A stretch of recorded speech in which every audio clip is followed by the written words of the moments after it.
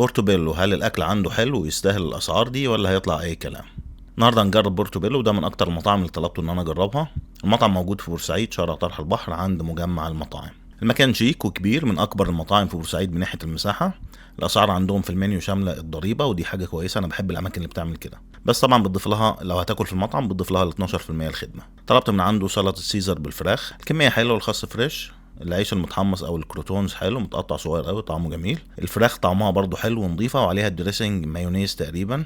هو الاصل في الدريسنج بيبقى مختلف شويه، زيت ومستردة وصفار بيض وعليهم انشوجة وجبنة بارميزان، وكل ده بيتهرس كده ويتقدم معاه ليمون وملح وحاجات كده. بس طبعا اغلب الناس بتعوض ده بالمايونيز، بالاساس بتاع الدريسنج مايونيز. الدريسنج حلو بس محتاج كميته تزيد شويه. تاني حاجه طلبتها هناك هي الستيك ريب اي، ودي اكتر قطعيه انا بحبها في الستيك. لكن من قبل ما اكل واجرب، شكل الستيك باين ان هو هيطلع مش احسن حاجه، وخصوصا حتى من شكل الدهون كده شكلها ناشفه. انا طلبت تسويته ميديوم ويل، تقريبا هو جاي ويل دان، والمشكله هنا مش في التسويه. انا اكلت الستيك ده قبل كده ويل دان وكان حلو. المشكله هنا في نوع اللحم مش احسن حاجه. انا قبل ما اطلب سالتهم هل بيستخدموا حاجه لحوم بلدي ولا حاجه مستورده تبقى افضل، يعني بتبقى قطعيات افضل.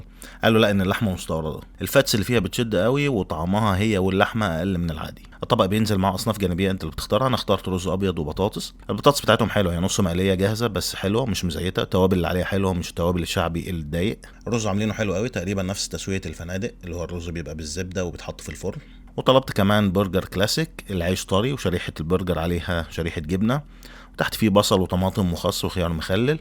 وده لغايه دلوقتي احلى برجر انا اكلته في بورسعيد. اللحمه طريه قوي، فيها العصاره بتاعتها موجوده، دي حاجه مش هتلاقيها في اغلب الاماكن اللي بتقدم برجر هنا. ولو العيش كمان يتغير ويعملوه هم بنفسهم، يبقى البرجر ده عالمي. كمان ممكن يعملوا منه اوزان اكبر من كده، يبقى فيه اختيارات. بينزل معاه بطاطس وشرايح طماطم وخيار وكمان مخلل. كمان طلبت مكرونه بينا ريد صوص، عليها رشه برمجان خفيفه قوي كده، وطعمها تحفه. وغالبا بالمستوى ده اي بسطه عندهم هتبقى خطيره. اخر حاجه جربنا الوافل، اخترته نص شوكولاته ونص بيستاشيو.